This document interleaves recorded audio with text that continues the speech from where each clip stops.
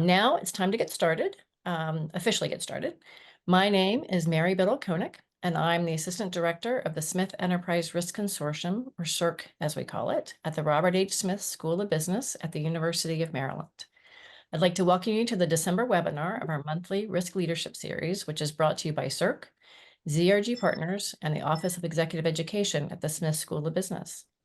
As many of you already know, our webinars are focused on top-of-mind risk topics that vary from month to month. Last month, we talked about supply chain disruptions and critical shortages in the U.S. pharmaceutical industry. Next month, we'll focus on operational risks that are shared across many different industries.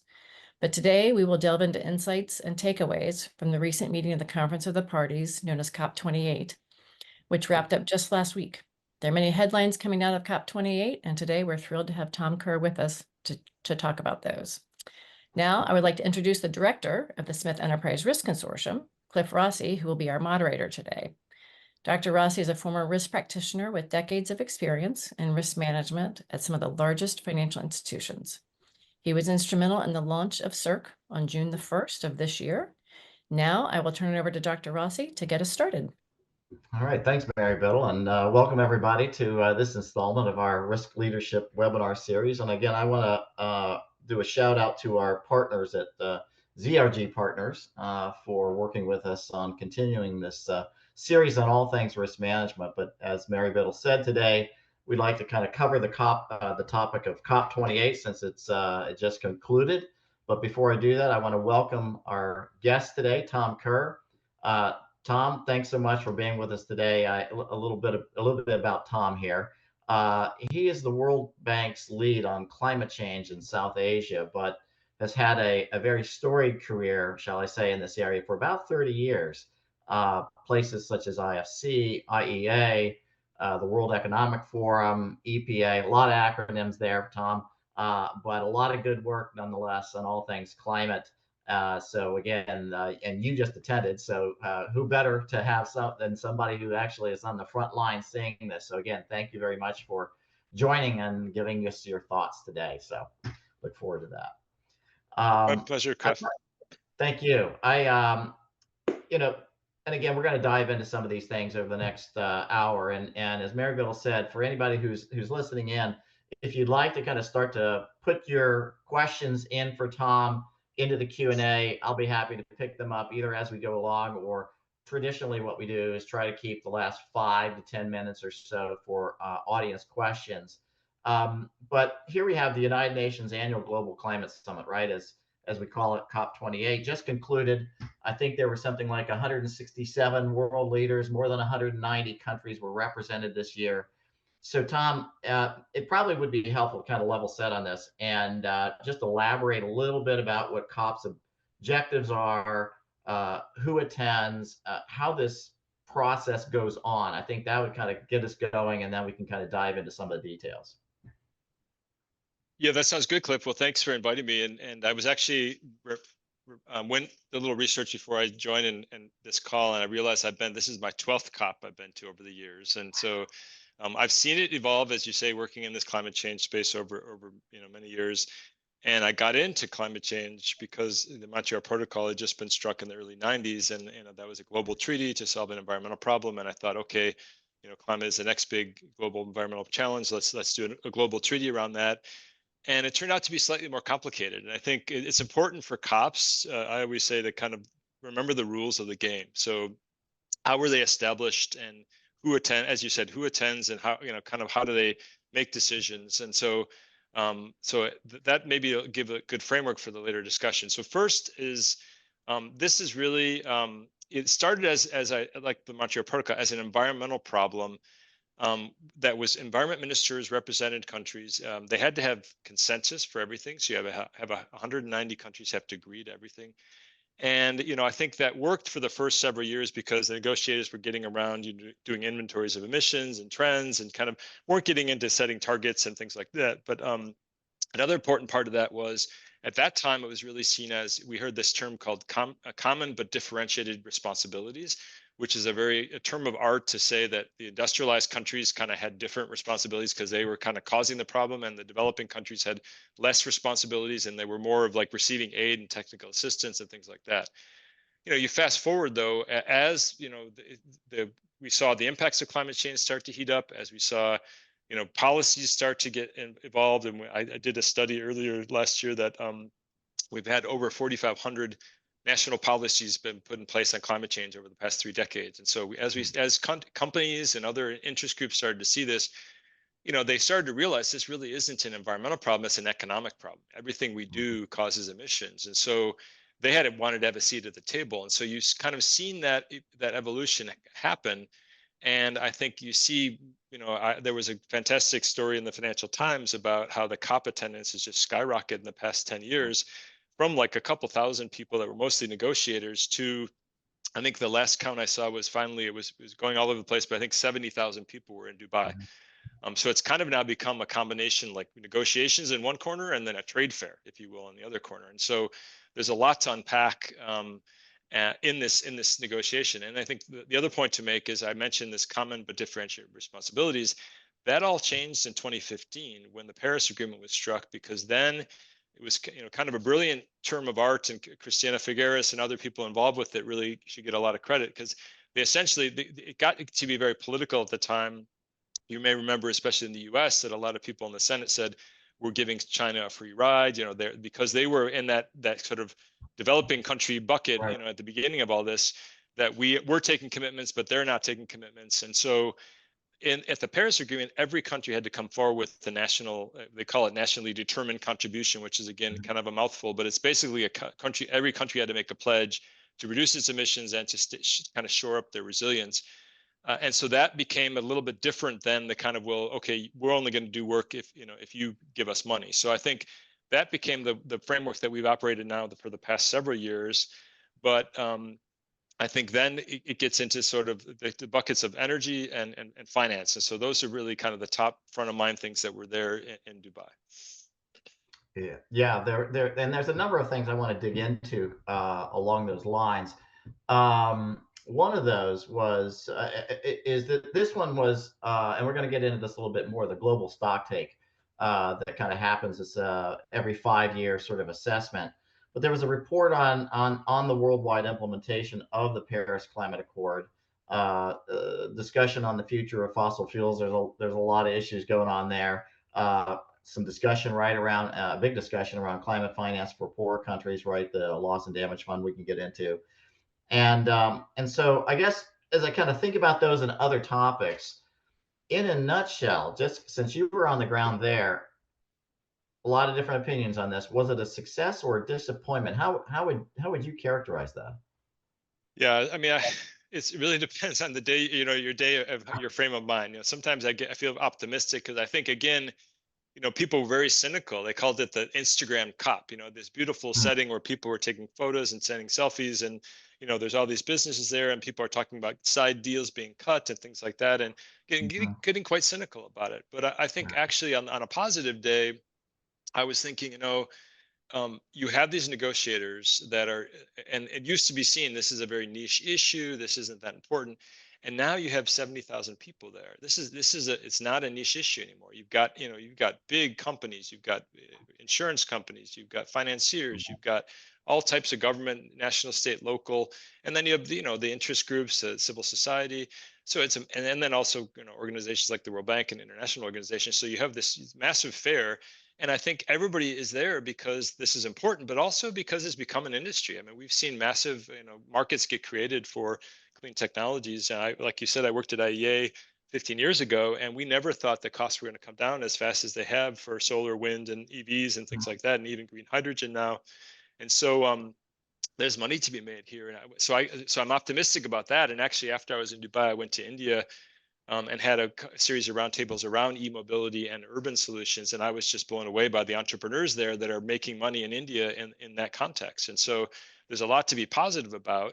I think, in terms of you look at global statistics, I mean, solar and wind are now the lowest cost new form of power generation and the leading cost of, when they're building new plants. It's the number one new source of power around the world.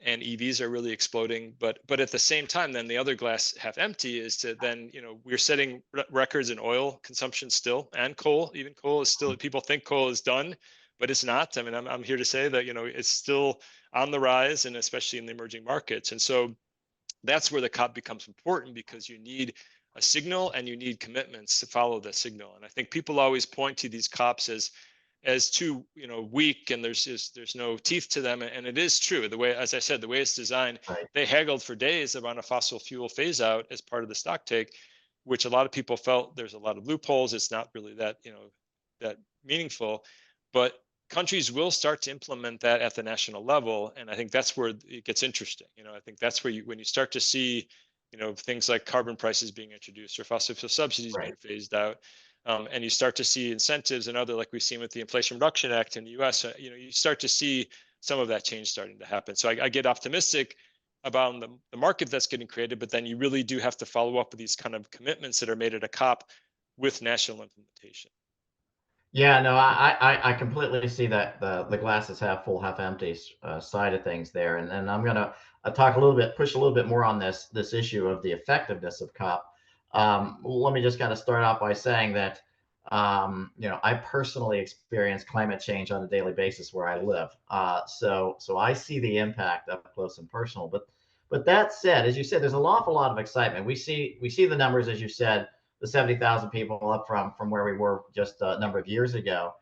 So there's a lot of people that are excited about it, leading the climate, charge here. There's also a healthy dose of skepticism, as you know, out there in different quarters about how to actually deal with it. And some skeptics, right, would say, to your point about it being an Instagram kind of a situation, a feel good exercise. um, at the same time, there are, right, so many vested interests, the lack of enforceability on a lot of these NDCs and whatnot. Is it even practical to think about, someone would say, about achieving commitments on some of the loftier finance objectives, right? So I think there's a statistic out there, there's probably a lot of these. The WRI, for example, reported not that long ago that we're going to need something like on an order of 5 trillion a year in investment by the year 2030. We can barely get budgets passed in this country. Couple that with record sovereign debt levels somewhere in the neighborhood of 240%, of GDP worldwide, and elevated interest rates and multiple funding needs for critical immediate term problem, not just things in the long term. It just seems, sometimes it feels like it's somewhat out of reach, right, for the everyday person to sort of, you almost have to win the hearts and minds of people in general, right, down to I'll take that light bulb out and I'll replace it with a new one. So what mechanisms were discussed, or do you think we need to address the potential tragedy of the common scenario that several, including Mark Carney, recently spoke of? Mm. Yeah, I mean, I think so. Getting to climate finance, I mean, so for years it was always this 100 billion pledge that you may have heard about. So, and Mm-hmm. this was done before the Paris Agreement, and it got to this point about the common but differentiated responsibilities, where the industrialized countries agreed that they would provide 100 billion annually to developing countries to help climate change, and they could spend it on mitigation, or which is reducing emissions, or on adaptation or resilience investments. And that became the talking point every COP. Where are we? Have we met it? And we weren't meeting it for several years, and there was a lot of anger in the countries that I work in, that why can't that happen? The interesting fact now is, I mean, a couple to unpack that is, we actually are at about 100 billion now. If you look at official development flows from industrialized to developing countries, so that is, we've kind of achieved that. But then, as you say, we've also heard that kind of, it's not the billions, it's the trillions. We really Yeah. need much more. And I think you mentioned a big figure from WRI. When we typically cite the IEA did a study that said our developing countries will need up to 2 trillion a year by 2030. Mhm. And so it is a different sort of order of magnitude change.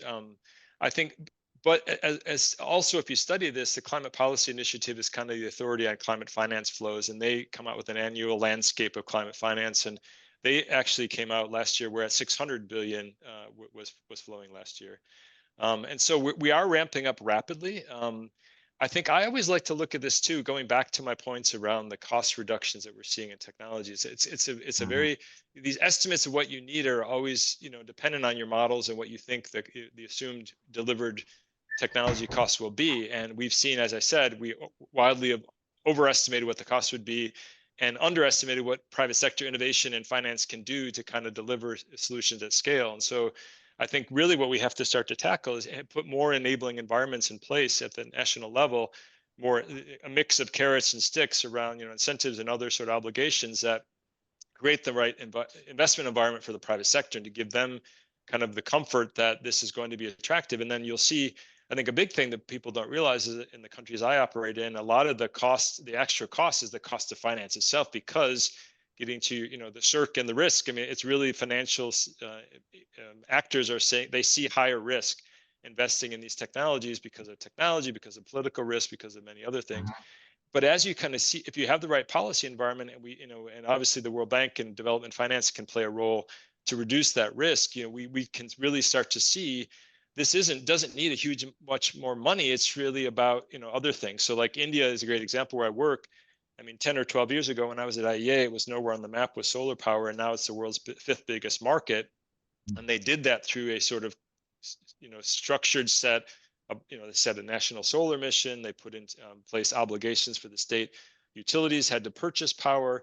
They put in some incentives. They put in a solar bank that was providing, concessional finance.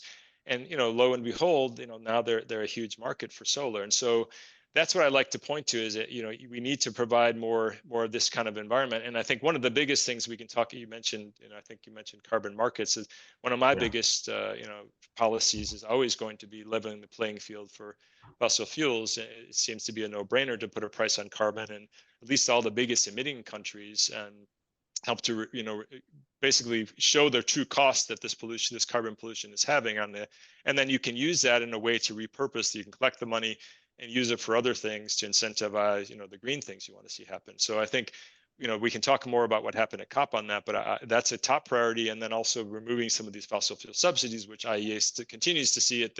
This is in the almost, the hundreds of billions every year that we're pushing the wrong things when we should be pushing the right things. Yeah, no, since you brought it up, and I was going to get there anyway, I'm going to just jump right on into it. So on this issue of carbon markets, including carbon prices, right? It's been a topic for a long time. Many supporters, detractors, economists. We talk about incentives. I think that's a great way of trying to incent behavior for all parties in this case. But one of the big issues that comes up around there is reliable estimates of the social cost of carbon, depending on sort of what administration you're looking at or who's actually generating the numbers. You'll see sort of some wide variation at times.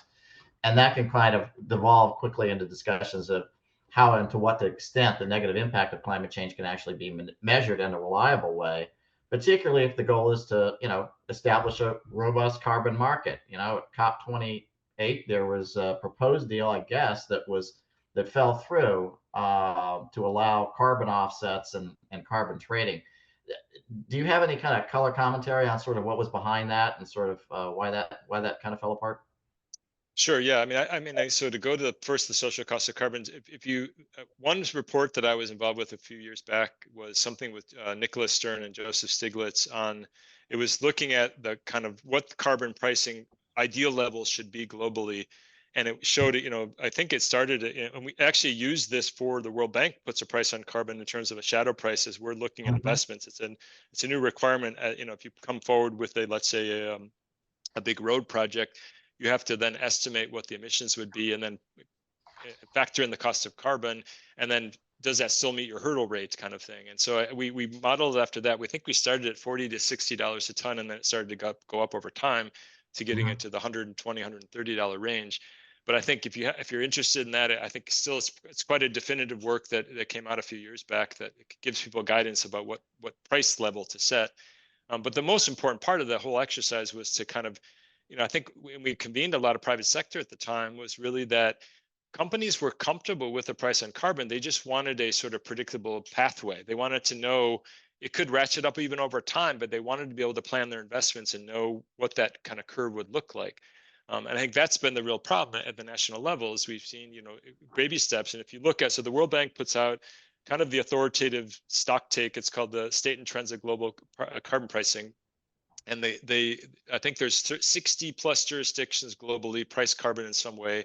and they range from Sweden and Switzerland with over $100 a ton of carbon to like a couple dollars a ton in South Africa, and in places you might not expect, like Colombia or Singapore, and some of the emerging markets are doing it as well. I think that the general consensus is we're seeing more places explore carbon pricing. Where I work in India, they just announced a carbon market they want to create.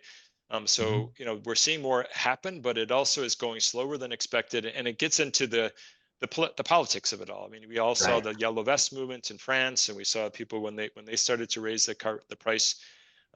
People took to the streets, and so I think there you have to really. It's a very tricky, and it's obviously nation specific, but it gets down to really thinking through who the impacted parties would be, and can you use the revenues from a carbon pricing scheme to perhaps compensate, especially like if it's going to have an impact on power prices or something for the poorest, or the truckers that are the people that are not able to bear the cost. And there have been some creative uses there, and I think one of the best ones I'd like to point to is the province of British Columbia in Canada actually has one of the I think the best carbon tax designs. I think it's about a $35 a ton carbon tax. But what they did when they introduced it was they said, we're taking away our labor and income tax, and we're going to replace that with a carbon tax. And so that's a fascinating, political dynamic, because we don't want to tax labor and income, right? We want more of that. It's a good.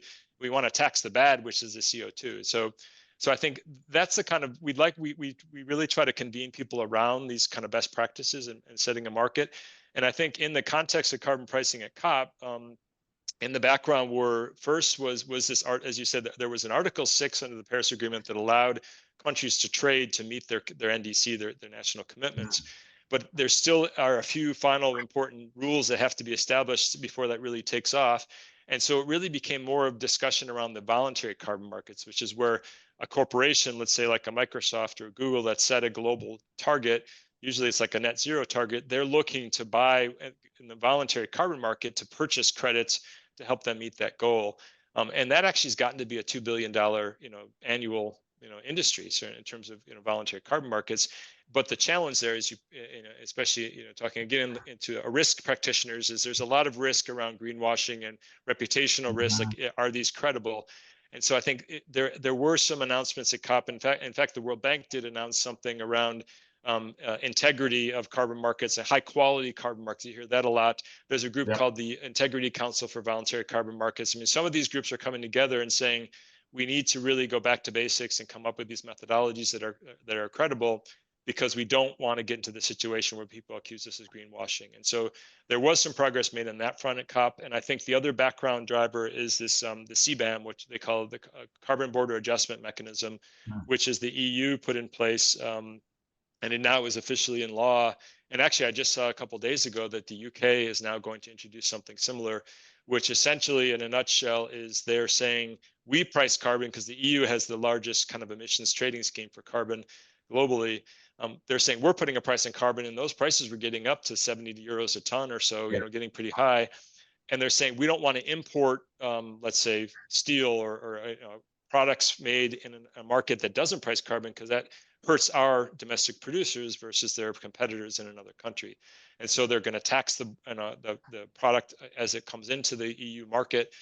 And I think that's created a bit of, in the countries I operate in, like a lot of anger about it. It comes back to the politics around, well, you guys caused this problem. We're coming up to speed, and now you won't import our. And so there are like challenges at the WTO and trade wars and things like that being alleged. But I think it is an interesting dynamic in terms of even if it never comes to law or really gets implemented, it is changing behavior and kind of changing the conversation, and maybe someone might argue softening the path for maybe we should now consider doing our own scheme domestically. We don't want to have that. And so maybe we kind of do get up to speed. And I mean, I guess the World Bank thinks that, like I said earlier, that at least the biggest emitting, let's say the G20 of emitters, should be in some kind of carbon club and doing this kind of thing and using Article 6 to do that. So anyway, a long answer to your question, but that's kind of what was happening on carbon markets. Yeah, there's a lot that I want to follow up on that one, Tom. So again, I think you may mention it, right? The EU announced that new carbon tariff that it would pose on imports, and for everybody out there who may or may not be familiar with that, right? I'm going to sort of kind of loosely mention this, that where the production of those goods create carbon footprints that are too high. And I think, and I can't remember the number, but there were an awful lot of economists that signed on to, this as being a mechanism that countries can actually use to align the true cost of production better, that aren't otherwise recognized today in pricing between products from one country to another. Some, right, as you said before, some might say that this smacks of trade protectionism. It does create an economic incentive, right, to perhaps change behavior in high carbon emitting countries. And I'm guessing that will continue to evolve as all of these things will probably evolve at some point.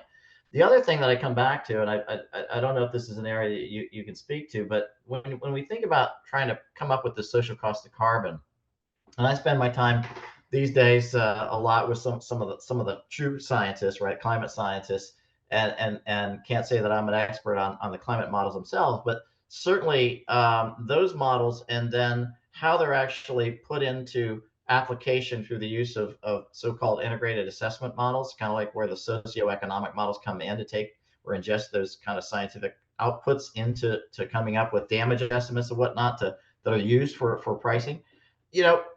That one has been, those models have been around for quite a number of years. They have evolved, but when you look at some of the damage functions that are specified on these things, and my background as an economist, I look at those and I go, they have not evolved as much as the climate models have. And so that almost seems to be the weak link in a lot of this, right? If we think about standardization or getting greater transparency in some of these markets and trying to improve reliable pricing of carbon, we're going to have to come up with better assessment tools, I think, ultimately, to kind of translate those climate scenarios, those greenhouse gas emissions into something that, with or at least a relatively good degree of confidence, we can kind of look to. That's kind of my own take on that. I don't know if you hear anybody talking about those things much out there, but it seems like that's one we got to deal with.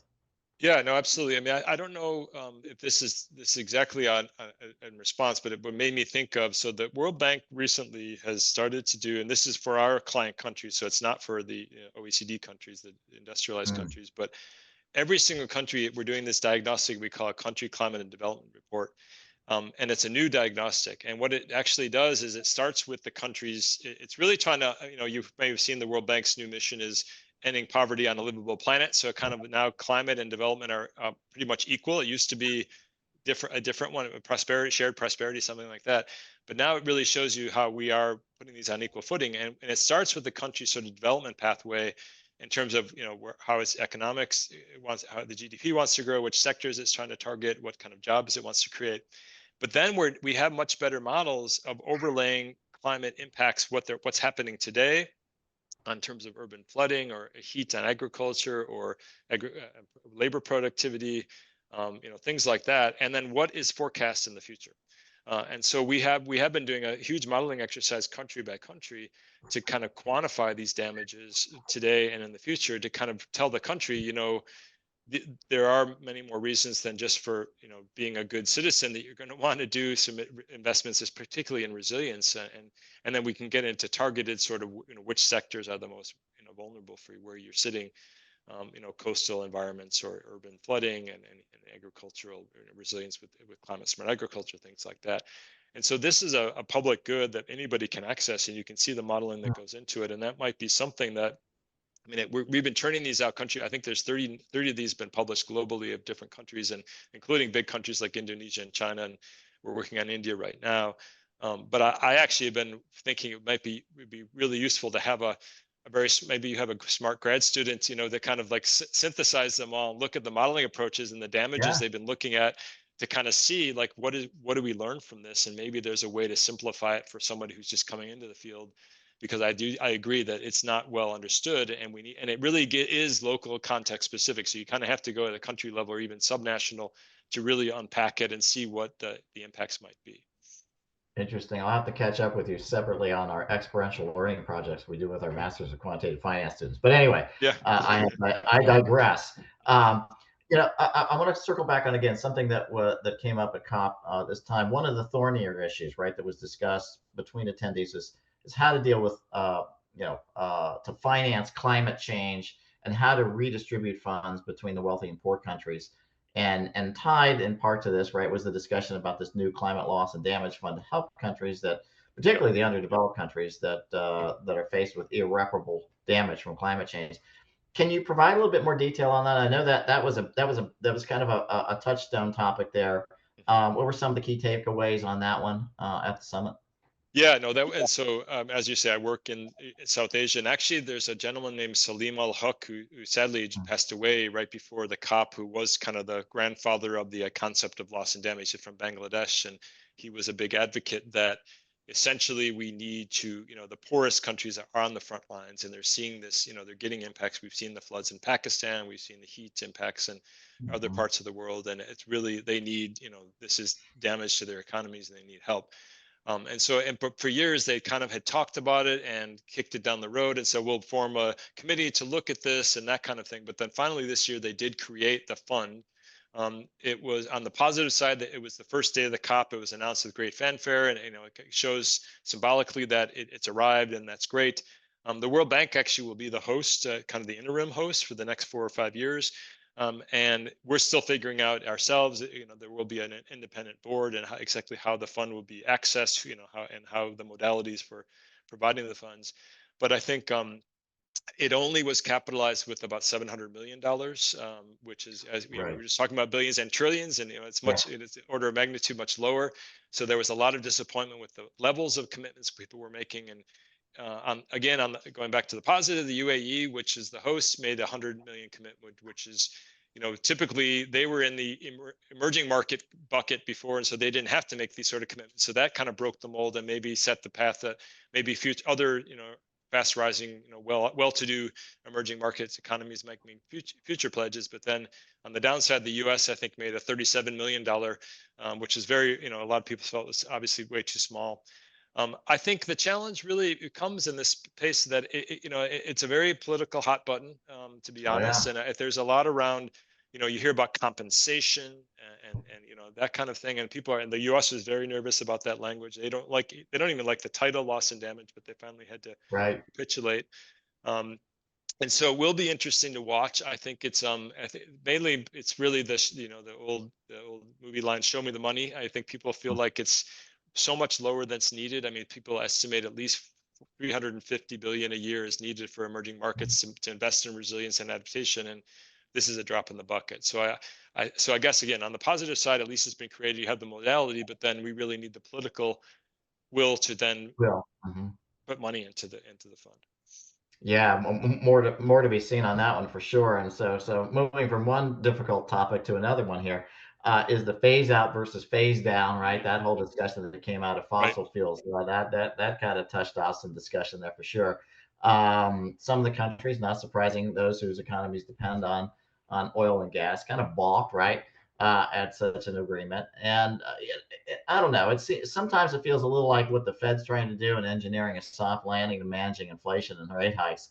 It's like, in some sense, how do we transition to a green economy? I think some people are thinking about this without creating some major economic destabilization and hardships on people. I mean, there's that side of it, but on the other side of it is that we've got to get there, right? It's almost like imperative. So how do you look at those trade-offs? It's a tough one, right? You've got to, because that transition, if you're not engineering that thing right, you could make things a lot more difficult for some period of time as a result from a global economy standpoint. Right. No, I mean, absolutely. So, I mean, this took all the air out of the room negotiating wise. I mean, there were several other things they were supposed to negotiate. And because it was in UAE, a petrostate, and because the OPEC had sent a letter saying, "Over our dead body, will we agree to anything about phase out?" It became kind of the issue around the global stock take. And we saw that in the newspapers. I mean, again, on the positive side, it is I saw John Kerry quoted this as the most momentous COP since Paris because of that language. It does send that signaling effect, and all of that. On the sort of cynical side, you say, well, there's a lot of loopholes still. You can do a lot of things, and there's no teeth. I mean, you have to implement this at a national level to really make a difference. But then I'd like to unpack it as well, because I think it really comes down to, again, like, you're saying, how do you do these trade-offs? I mean, I'm working in Sri Lanka right now, which has a lot of hydropower, but they do have they have a big coal plant. But then the big thing, it goes back to this point around development and climate. They import a lot of fossil fuels that's very expensive and it's very volatile. And they have solar and wind resources they're not tapping into. So it's really kind of making the argument about development versus it's not just for greenhouse gas reduction, but this is important for you, for, domestic clean energy is much more stable and over time it's cheaper than continuing to import coal. And then all these renewables are, so as I mentioned before, are cost competitive, and it's a matter of just kind of getting them in place. I think the big kind of elephant in the room is places like India and Indonesia and Vietnam. They have these big operational coal-fired power plants, and China, Right. and they're not going to shut those down anytime soon, right? And so that's the big, Yep. how do you accelerate the shutdown of these things? And that's where you come back to, where's the finance? If you have to retire this early, somebody's got to compensate them for that. And the only thing I've seen that's quite interesting in this space, if people are interested, is there was a much smaller scale. I mean, we're talking gigawatts of power in India, but this is on the, I think, 100 megawatt scale. There was a small coal-fired power plant in Chile a couple of years ago that there was an agreement because Engie, the global energy company, had a net zero target, and they wanted to try to meet that goal, that they agreed to help fund a project to replace that coal-fired power plant with a 100 megawatt wind farm, so kind of decommission the coal and build wind. And then the climate investment funds, which is kind of an arm of the World Bank, agreed to kind of what the carbon pricing, what the carbon cost would be to do that, and then they agreed to pay that cost of carbon. And so, interesting way to kind of see how you might, some of these things can come together to finance the right things and finance the phase out of coal. But again, that was only 100 megawatts, and we're on the gigawatt scale for most of these Right. countries. Yeah, but it's those kind of innovations that are going to have to continue to come about, whether it's kind of new climate derivative products and other ways to kind of finance some of these things down the road. But more to come on that as well. Something else that came out too was the commitment by a number of countries, right, to triple their renewable energy development. You spoke Yep. about that earlier to some extent, but the IEA said that wouldn't even be enough to limit global warming to 1.5 degrees Celsius from what I read. So that seems fairly ominous then. If should we be really thinking more about adaptation investments than climate change mitigation strategies? And back to SERC and risk management for a sense, risk managers tend to worry most about tail risks and how to manage those things. So if we think the likelihood of seeing global temperatures go above 1.5 degree targets, shouldn't we be sort of accelerating the adaptation as a core strategy, or is that sort of like capitulation and we shouldn't even be thinking that way at all? No, absolutely. I mean, that's the number one finding in most of these. I mentioned these diagnostics we're doing of these reports, is that countries are actually overemphasizing mitigation. That are when they're, because it's easier to make a commitment around a renewable target or than to say, okay, I'm gonna make my coast resilient. And I think then it gets into the point I was making earlier, which is there are private sector business models now that are pretty well proven to provide clean energy, but there's very little private sector interest in building a seawall or doing some of the Right. adaptation sides. And so we have to crack that nut. And I think, we are starting to see more interest from companies in, shoring up their supply chains and helping to Mhm. invest in making sure that there is some redundancy and there is some of the resilience. And I think it comes back to kind of on a country level is mapping these climate risks and seeing, like, where are the kind of most vulnerable assets on the coast, or urban flooding assets, or heat thing, the forecast of heat, and kind of thinking through plantations and forests and agribusiness and things like that. It's a really I think definitely it should be it's a top priority for a lot of countries. But it comes back to, I mean, that's another thing that most people didn't really read in all the press coming out of Dubai, is that they read about the fossil fuel phase out, but what they did do is punt down the road a global goal on adaptation that was supposed to be agreed this year, and they decided that the fossil fuel discussion took all the air out of the room, and they couldn't do it, and so now they're going to do it next year in Azerbaijan. And Mhm. I think that we're trying at the World Bank to come up with a bit of a kind of a framework for how do you measure resilience, and how do you, like, what's a resilient asset versus a non-resilient asset, and can that get into resilience bonds and other creative ways that Right. insurance companies and others could finance this stuff. But it's a really tough nut to crack. I can't say that we have any silver bullet.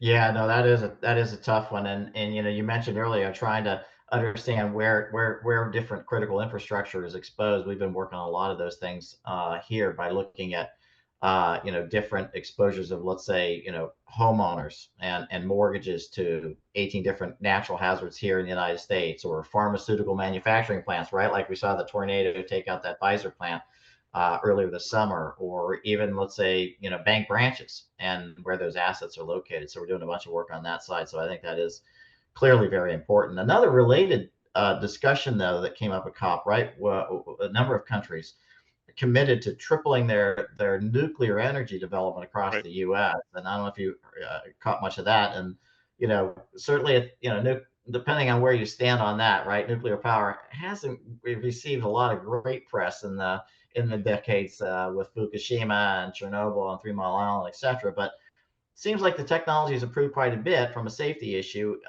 Did you hear much about sort of any follow up to that conversation, that commitment that came out from folks? To be honest, I didn't hear much on nuclear itself. I mean, I've always actually been a fan. When I was at IEA, I did a nuclear energy roadmap, and I got really into it and geeked out on these like modular reactors and Mm-hmm. reprocessing waste for energy rather than, I know the big problem we have in the U.S. is the waste disposal.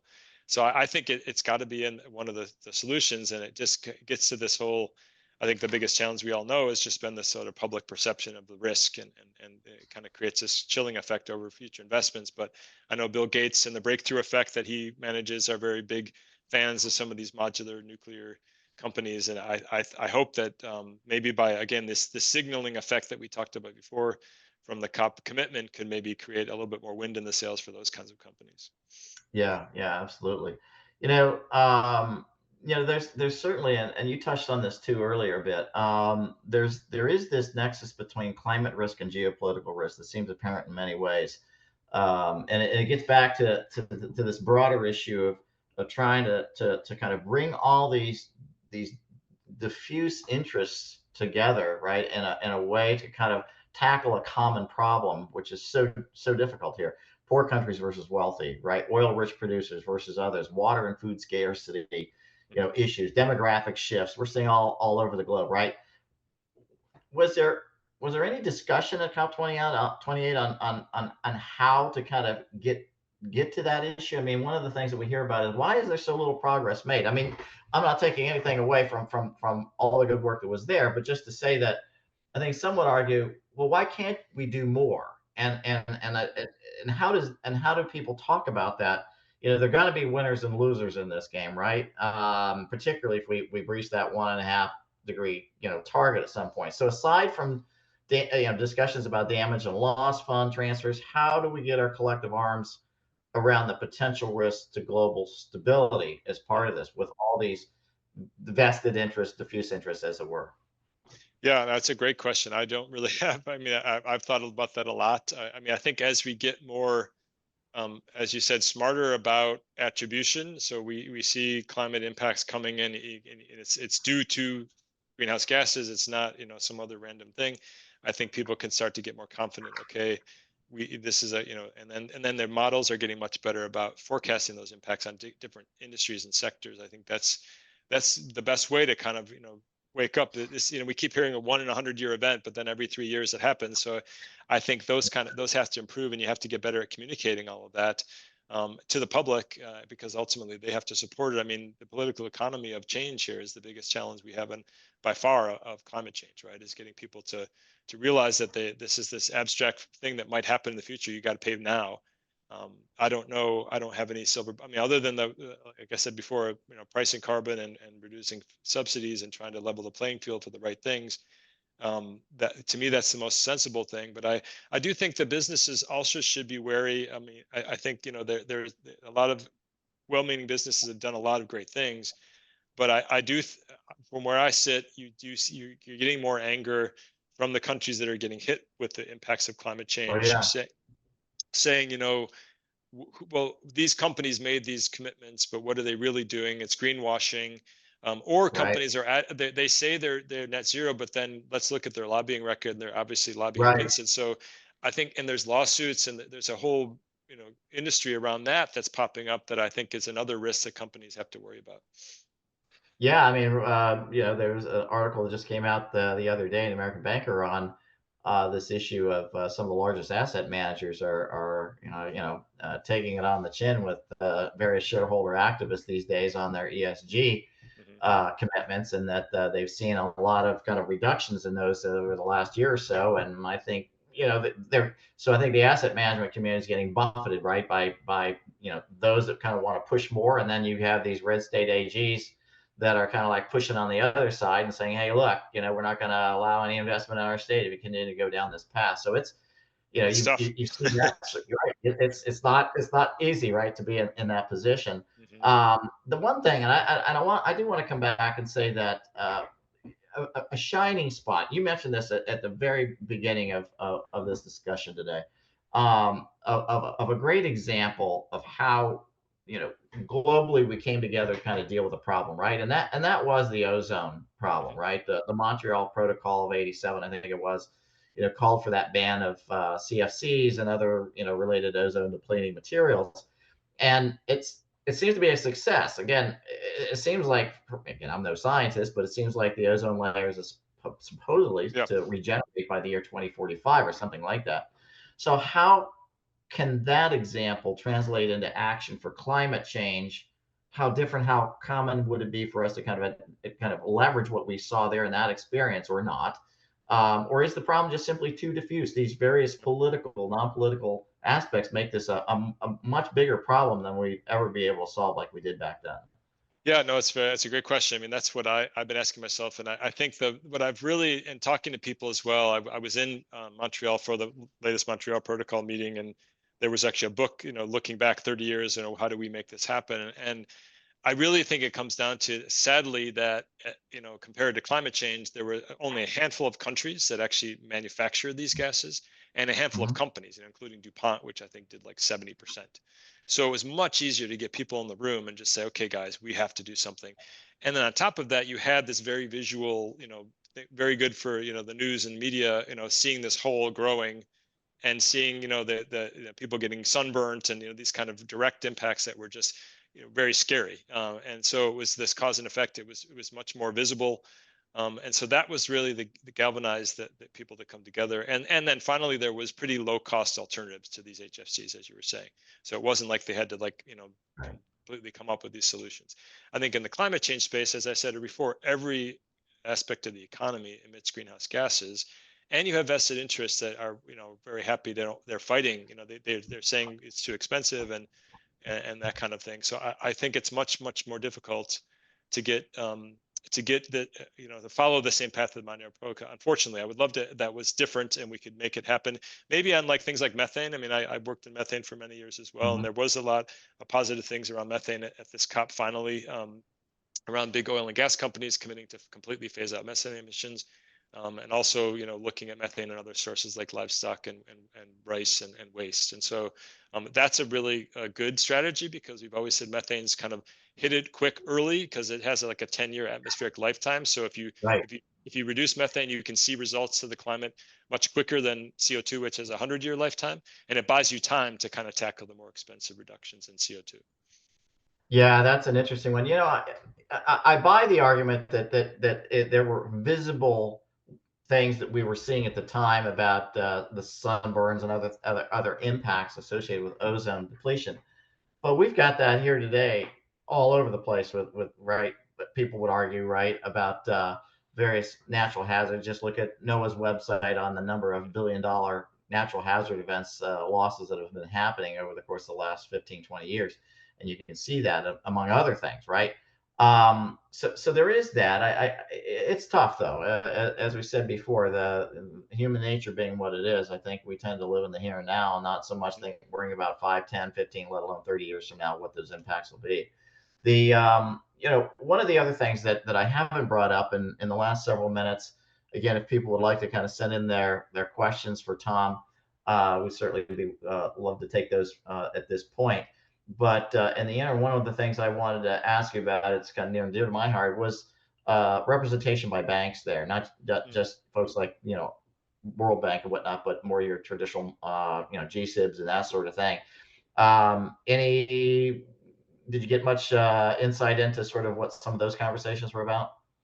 Yeah, no, I think you're right. I mean, that's been a huge change.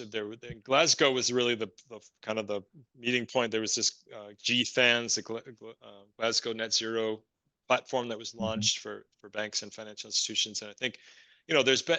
I was working on green finance at kind of 10 years ago when I was at the World Economic Forum. That was kind of the beginning of the conversation with banks that actually they were responsible for what they called their quote financed emissions.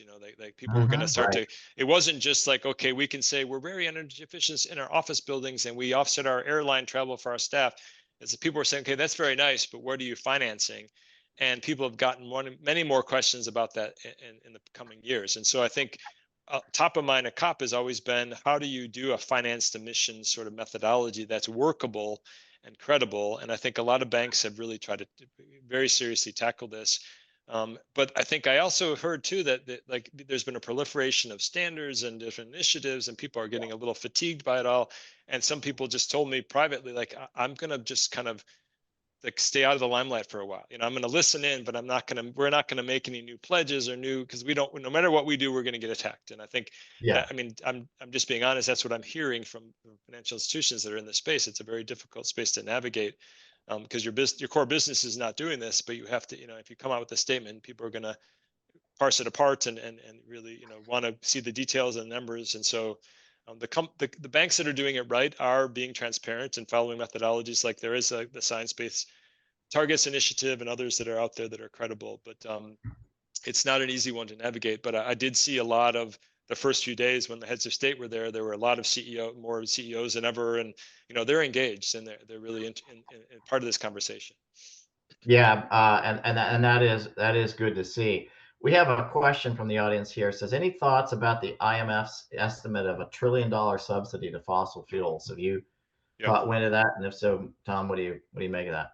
Yeah, I mean, I think the IMF has been good about kind of beating the drum on this with IEA, and I agree that if you look at all the different subsidies that fossil fuels get, I mean, it's probably even underrepresenting what those totally are. I mean, it's such a tough nut to crack. I mean, the only thing I have to say is I authored a report we called at the World Bank called Reality Check, and it was lessons learned from 20 years of decarbonization policymaking, and it was trying to look back at we have been at this for a while and we've seen markets get created, as I was saying before, for clean energy, and a lot of things have happened. So what has worked and what it does is kind of look at the policy trends, but then it does a series of country case studies. And one of those was Egypt, which did reform its fossil fuel subsidies successfully about 5 years ago.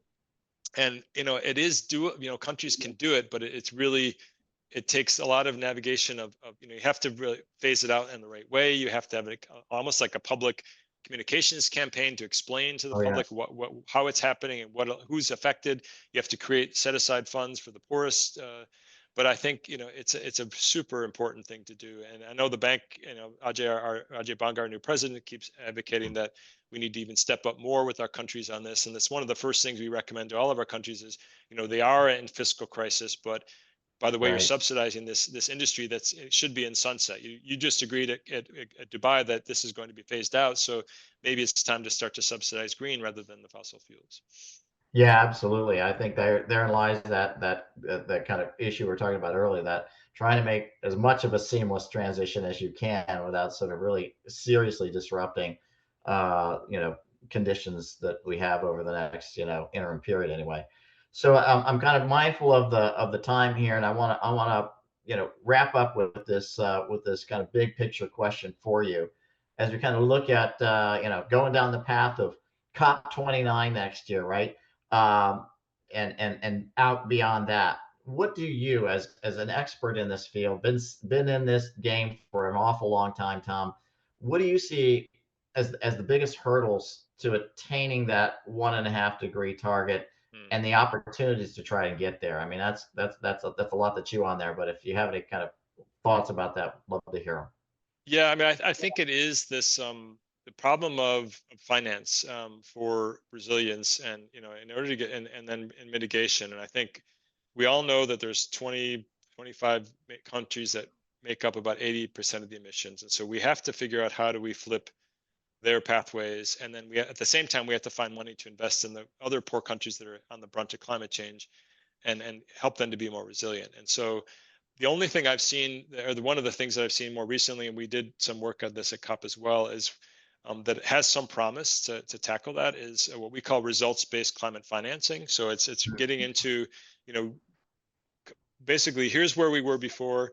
We made this investment, it reduced by this much, and I'm paying you this many dollars a ton for that. You know, Right. we're seeing more and more donors and other financial institutions, and it's not just public that are willing to do this. And you know, one example was we did the world's first carbon bond in Vietnam last year that was for water purification, that was also reducing a lot of use of fossil fuel and biomass burning. And actually, I think your former employer, Citigroup, was involved as like they were guaranteeing the carbon price would not fall below a certain floor. That was their addition. But then there were some Danish and Dutch institutional investors that took the World Bank Treasury issued the bond, and then they foregoed some of the coupon payments at the beginning to give upfront money to let this company build that kind of project. So it was only, I think, a couple $100 million. So it was a much smaller scale, but that's the kind of thing that gives me some hope that we can kind of come up with these innovative climate finance and scale that up more rapidly. I mean, that's what we're going to be focusing on to try to make this happen country by country. And I hope we can bring some of those stories to the next COP and show people this can actually really scale up. Yeah, no, that's we're certainly interested in those kinds of activities as well. So we'll end things then on that positive note. How about that? And again, Tom, I want to thank you for all your insights today on a very important aspect here.